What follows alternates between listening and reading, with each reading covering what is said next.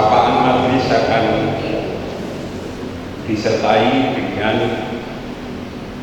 renungan yang kami ambil dari Matius 7 ayat 15 sampai yang ke-20, tetapi akan kami ambil satu ayat yang ke-20 yang demikian bunyi firman-Nya.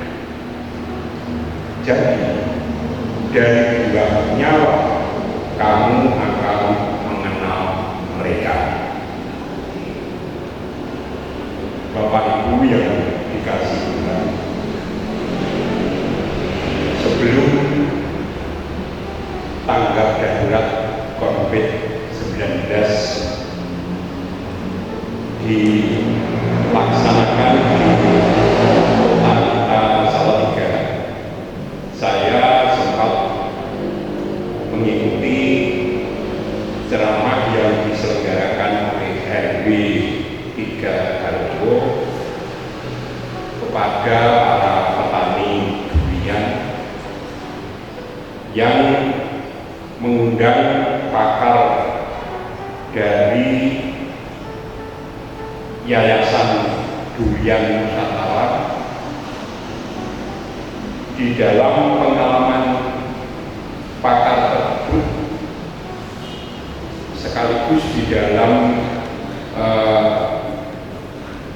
menilai lomba-lomba durian baik yang diselenggarakan dalam negeri maupun mancanegara, karena beliau juga sebagai juri, itu ditentukan beberapa parameter atau kriteria baik yang berupa wujud fisik maupun rasa dan aromanya.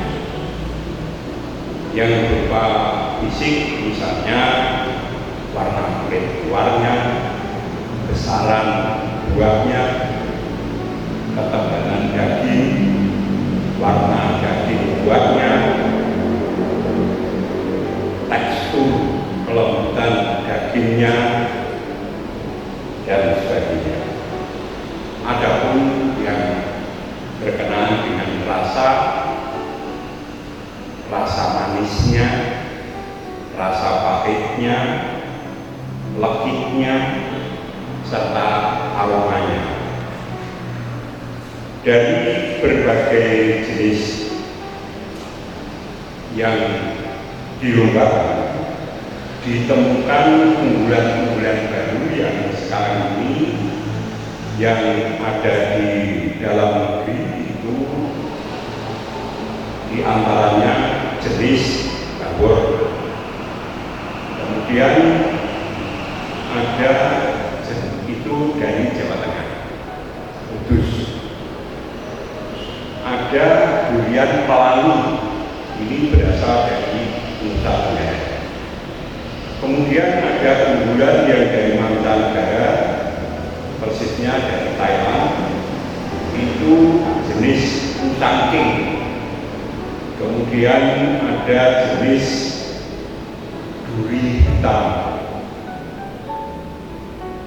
Dari jenis yang diunggulkan tadi langsung berpengaruh kepada tarif harga jualnya, yang rata-rata berkisar per kilonya yang sudah masuk bulan itu 50.000 sampai 100.000. Bahkan yang duri hitam itu mencapai 100.000 ke atas. Maka tanaman durian masyarakat RW 3 agar bisa berbuah baik seperti unggulan-unggulan yang diceritakan di atas, perlu ada suatu perlakuan yang istilahnya diperlakukan top crop. Jadi pohon itu dirubah jenisnya dengan cara pohon itu dikerat setengah lingkaran, diharapkan akan tumbuh tunas baru di bawah keratan, dan setelah tumbuh tunas baru itu kemudian batang atas tadi yang tidak berbuah baik ditebang, kemudian tunas itu dilakukan penyambungan dengan jenis-jenis tumbuhan yang diharapkan, sehingga tanaman itu akan menjadi tanaman baru dan akan berbuah yang berkualitas seperti yang diharapkan. Bapak Ibu yang dikasihi Tuhan, Tuhan juga punya parameter untuk memilih para umatnya. Seperti halnya tadi dia juga dipilih yang unggulan. Ada banyak tanda untuk menyatakan diri sebagai orang Kristen atau pengikut Tuhan Yesus. Dari cara yang kasat mata maupun cara-cara yang tidak kasat mata. Misalnya caranya ibadah, caranya berdoa, aktivitas kegiatan gerejawi, kegiatannya di sosial kemasyarakatan, aktivitas di dalam pekerjaan sehari-hari. Tentu sebagai ciri khas orang pengikut Tuhan Yesus ada hal yang menonjol, yaitu adanya kasih di dalam melakukan semua kegiatan, baik yang kasat mata maupun yang tidak kasat mata. Karena Tuhan Yesus mengajar dan meneladankan pada murid-murid sampai kepada kita untuk melakukan hukum kasih, yaitu kasih agape yang tidak tanpa syarat, sehingga oleh dorongan kasih dimampukan melakukan aktivitas dengan ikhlas dan berkualitas double standar atau excellent atau yang baik dari yang baik. Misalnya seperti yang difirmankan Tuhan Yesus, bila ditampar pipimu kiri, berikanlah pipi kananmu. Atau bila diminta bajumu, berikanlah jubahmu juga. Atau bila diminta kamu berjalan 1 mil, berjalanlah 2 mil bersama mereka.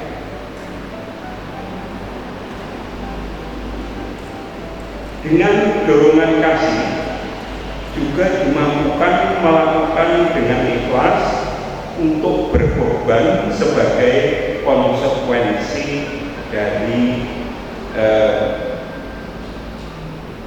kasih yang dinyatakannya.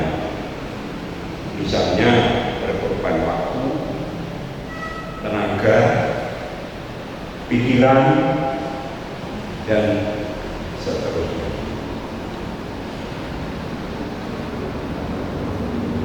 Dengan dorongan kasih dimampukan untuk menanggalkan kesombongan diri demi untuk pelayanan kepada orang lain. Ini bisa dilihat contoh dalam membasuh kaki para muridnya. Juga dengan dorongan kasih dimampukan untuk mengampuni kesalahan orang lain dengan ikhlas. Ini jelas kita lihat doa Tuhan Yesus waktu di kayu salib,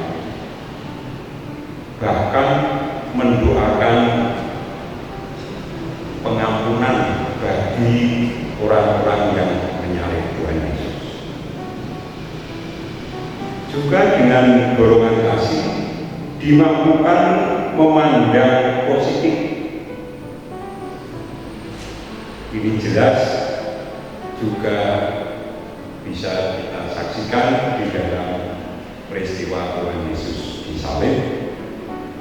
Itu memaklumi bahwa para orang-orang yang menyalib Tuhan Yesus itu karena ketidaktahuannya. Akan tetapi di dalam perjalanan kehidupan sering wibawa kasih yang mendorong atau memampukan untuk melakukan hal-hal tersebut sering mengalami pergeseran atau gejala kekeringan kasih karena kemanusiaan kita yang memiliki berbagai kelemahan.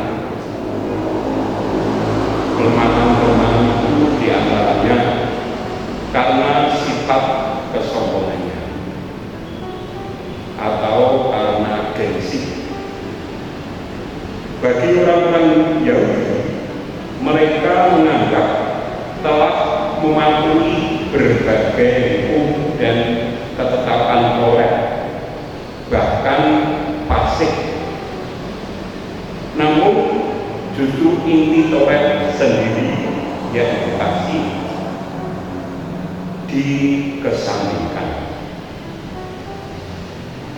atau mau melakukan kasih bila mana punya kepentingan dan menolak melakukan bila tidak merasa menguntungkan. Juga akibat dari sifat wangkot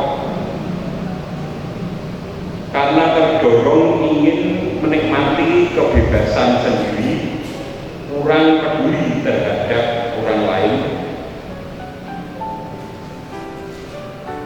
Akibat dari rasa egonya yang kuat. Yang berikut karena situasi yang menekan, bisa karena tekanan ekonomi, karena tekanan kesehatan, dan tekanan-tekanan yang lain yang mematahkan dorongan melakukan kasih. Maka dengan adanya wabah COVID-19 kiranya tidak menggeser dorongan kasih yang dari Tuhan Yesus. Mari kita selalu ingat agar dapat berbuah baik, unggul, perlu dilakukan toprok atau memperbarui kondisi pohon kehidupan dengan yang sudah terbukti keunggulannya di dalam mengajar dan meneladani di dalam melakukan hukum kasih agape dengan sempurna kepada para murid dan kita semua di dalam Tuhan Yesus, sehingga kita dimampukan punya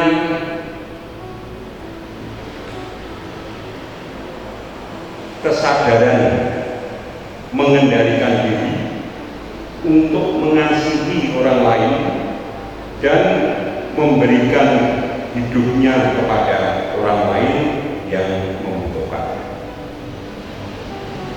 Juga punya kesadaran bahwa tindakan kasih itu menuntut pengorbanan sebagai konsekuensinya, baik waktu, tenaga, pikiran, dan lain sebagainya. Juga kita punya kesadaran mengasihi penuh pengertian. Untuk bisa mengasihi penuh pengertian perlu pengenalan yang mendalam, persoalan-persoalan dan seluk-beluk orang lain.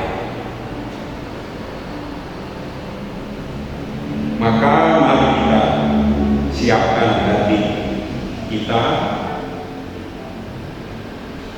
dibentuk menjadi pohon kehidupan baru di dalam Tuhan Yesus yang mampu menghasilkan buah yang baik atau enggak. Amin. Tuhan memberkati. Mari kita tutup dalam doa. Tuhan, perkenankan kami para milik-Mu menghampiri takhta-Mu untuk menghaturkan semua kelemahan kami. Kiranya boleh Tuhan bentuk hati pikiran kami menjadi pohon kehidupan yang baik, sehingga apa yang kami kerjakan menjadi buah-buah yang unggul yang bisa dinikmati orang lain, baik masyarakat lingkungan kami, keluarga kami, di lingkungan gereja kami, sehingga nama-Mu yang diagungkan dan dimuliakan. Di dalam nama Tuhan Yesus kami berdoa. Amin.